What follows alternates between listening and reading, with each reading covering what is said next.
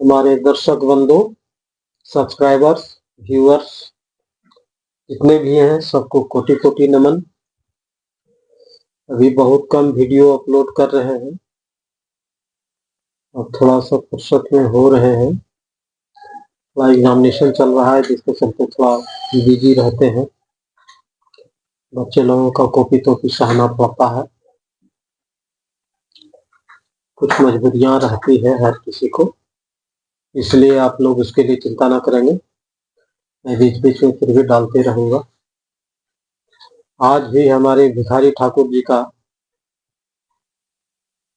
जो लिखी हुई बात है, रामचंद्र जी का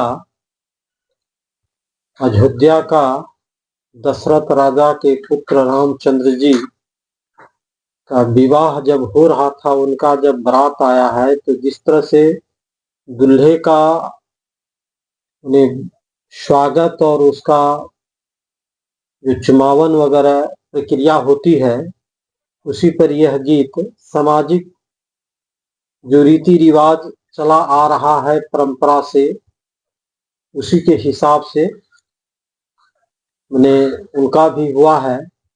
तो देखिए कि किस तरह से उसमें लोग खुशहाल हैं और कैसे कैसे लोग कौन कौन सा विधि कर रहे हैं और क्या क्या सिस्टम वो लोग लगा रहे हैं।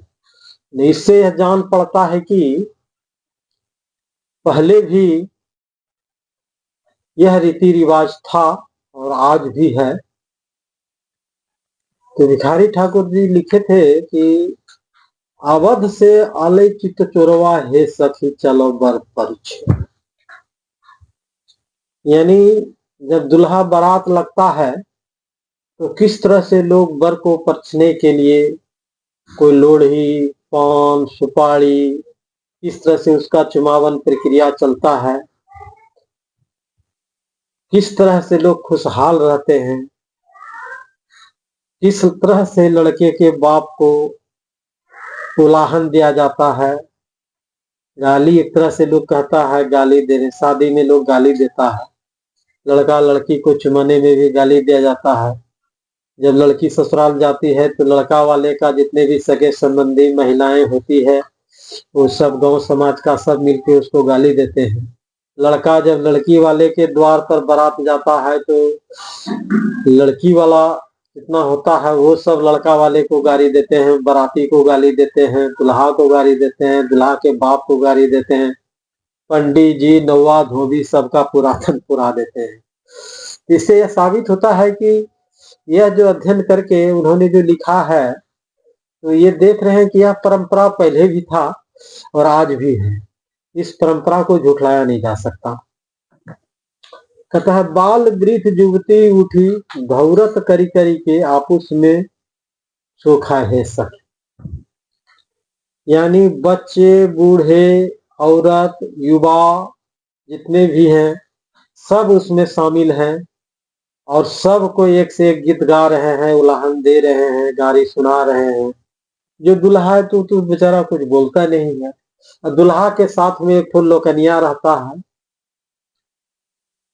दुल्हा का भाई सब रहता है, उसको भी गाली सुनना पड़ता है।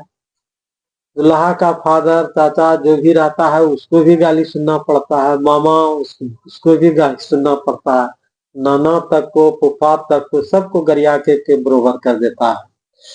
यह परंपरा शुरू से चला रहा है और इसी के चलते इस गाड़ी का कोई लोग गुस्सा नहीं रखता है। कोई हंस के टाल देता है, कुछ बोल के टाल देता है, कुछ कह के टाल देता है। एक से एक साजी के श्रृंगार सब गहना पहिरला नीमन लहंगा पटोरवा है। जब महिलाएं शादी ब्याह में कहीं शामिल जब होती है तो जितना भी गहना उसके पास रहता है, सभी गहना को गला से लेकर के हार, बांह सब पहन करके लोग एक तरह से मैंने खुद सब कोई दुल्हन बन करके मने जाती है, एक से एक सजावट खुद करती है। उसके बाद तब वहां पहुंचती है और सब साजो श्रृंगार पहन करके और वह सबको गीत गा करके गीत के रूप में गाली देती है। ऐसे तो कोई गाली देना शोभा नहीं देगा, तो गीत के रूप में गाली देता है तो सबको हंस के टाल लेता है, किसी को नहीं छोड़ता है, न लड़के के बाप को, न लड़के के माई को, न लड़के के बहन को, सबको गाली देना शुरू करता है। दही अछत गुड़ दौरा में धरी लेलू भरी, लेलू सेनुरवा, सेनुरे सिनुरवा है सब। थाली के चुमावन में दही पान सुपारी सब कुछ लेकर के लोग चुमावन करने के लिए जाता है। अपने तो साजो श्रृंगार लेकर के जाता ही है, सारा श्रृंगार करता ही है, सारा श्रृंगार कर करके वहां पहुंचता ही है। हर तरह से वो उस पर अपने लोग जितने भी बराती रहते हैं, जो भी महिलाएं लड़कियां, जो भी वृद्ध बच्चे जो भी रहते हैं, वो लोग सबको सुनता है। सुनेगा क्या, लोग कोई हंसता है, कोई मजाक उड़ाता है, कोई कुछ बोलता है। इस तरह की बहुत सारी रीतियां आज भी चली आ रही है। बहुत ऐसा जगह रिवाज है, लोग उखल में कुटने वाला समाट लेकर के पहुंचता है, समाट घुमा करके उसका चुमावन करता है, लोढ़ी लेकर के चुमावन करता है। बहुत सी ऐसी सारी विधियां जो है परंपराओं से चली आ रही है और परंपरा को आज भी लोग निभा रहे हैं। और कहीं भी किसी तरह की कोई, तो वैसे तो बहुत सारे बाराती ऐसे होते हैं जिसका संस्कार थोड़ा सा डाउन रहता है, पी खा करके अपना जाके उड़दंग मचाता है, लेकिन सब में ऐसा नहीं होता है। कुछ एक लोग ऐसा होता है जो करता है, उदंडता अपना दिखाता है, छेड़छाड़ करता है, लेकिन ऐसा सब जगह नहीं होता। आज भी बहुत सारे संस्कारिक लोग हैं जो बहुत रीति रिवाज को महत्व देते हैं और उसका अपमान नहीं करते हैं। वो अपमान कर भी नहीं रहे हैं, वो तो चूंकि सिस्टम है ऐसा बना हुआ, जिस सिस्टम का वो भी पालन करती है, और उसी सिस्टम के तहत कहाँ कोई गुस्सा करता है। मंडप पर पंडित बैठा रहता है, 1000 गाली देता है, पंडित के पत्नी को, पंडित के माई को, सबको गाली दे करके धोबी, नौवा धोबी किसी को नहीं छोड़ता है। न वो बेचारा वहीं बैठे रहता है, सुनता है, हंसता है, एक तरह से मनोरंजन करता है। वो भी क्या, वो अपना काम कर रहा है, उसका वही काम है। हर घर में, जितना घर में बावन जाएगा, जितना घर में धोबी जाएगा, जितना घर में नौवा जाएगा, सबके घर में उसको गाली सुनना पड़ेगा। ब्राह्मण एक से एक पढ़े लिखे रहते हैं, प्रकांड पंडित भी रहते हैं, कुछ कम पढ़े लिखे रहते हैं। तो आजकल बहुत ऐसा पढ़े लिखे लोग हैं जो ये काम नहीं करते हैं, लेकिन फिर भी जो लोग पूर्वज से चला आ रहा है काम को कर रहा है, तो आज भी करते हैं। समधी को गाली देता है, समधी मिलान होता है, इसलिए सबको एक साथ लेकर के चलना पड़ता है। समधी सगे बरियतवा लागत बा कई के करोरवा है सखी। मतलब बराती के आगे में सबसे आगे दूल्हा, उसके बाद लोकनिया, उसके बाद समधी, सबका लाइन लगा रहता है। समधी मिलान होता है, उसमें भी गाली देता है लोग, गीत के रूप में खूब गाली सुनाता है।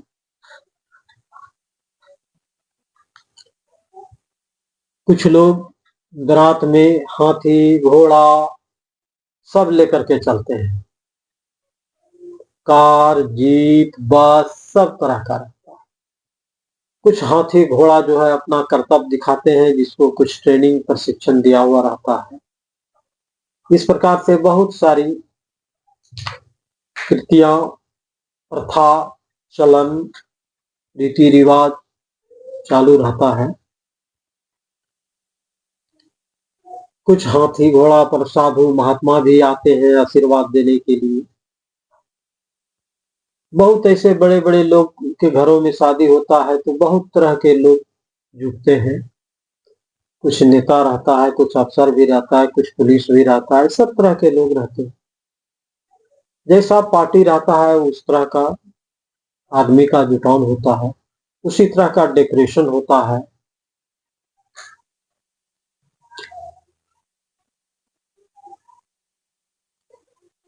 इस खुशहाली में बैंड पार्टी, डीजे पार्टी सब अपना गाना बजाता है, उसी में घूमता है, डांस करता है, बहुत तरह का डांस होता है।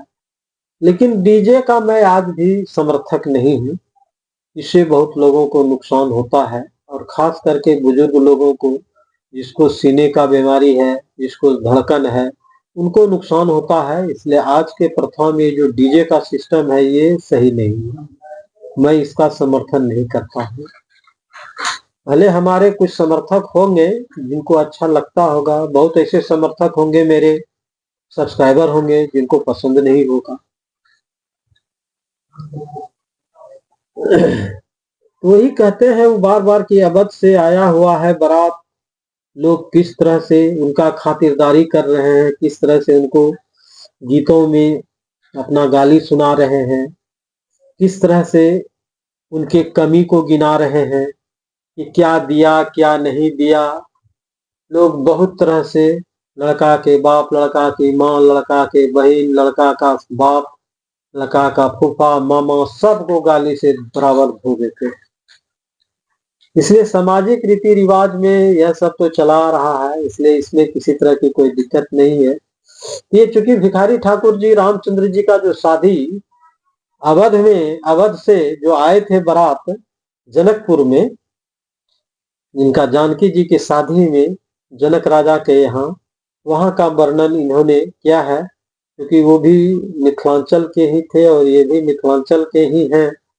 तो उनके रीति रिवाज का वहां पर इन्होंने अध्ययन तो क्या ही होगा, और उन अध्ययनों को अपने गीत में पिरो करके समाज के बीच में प्रस्तुत किया। अच्छी बात है, दिखाया कि भाई पहले भी इस तरह से होता था। सही में टीवी पर भी देखते हैं तो भी वहां भी शादी ब्याह में जो बहुत तरह का रीति रिवाज तो दिखाया जाता है, और बहुत ज्यादा मैं कुछ नहीं कहना चाहता हूँ, इसलिए कि रीति रिवाज से जुड़ी हुई बात है।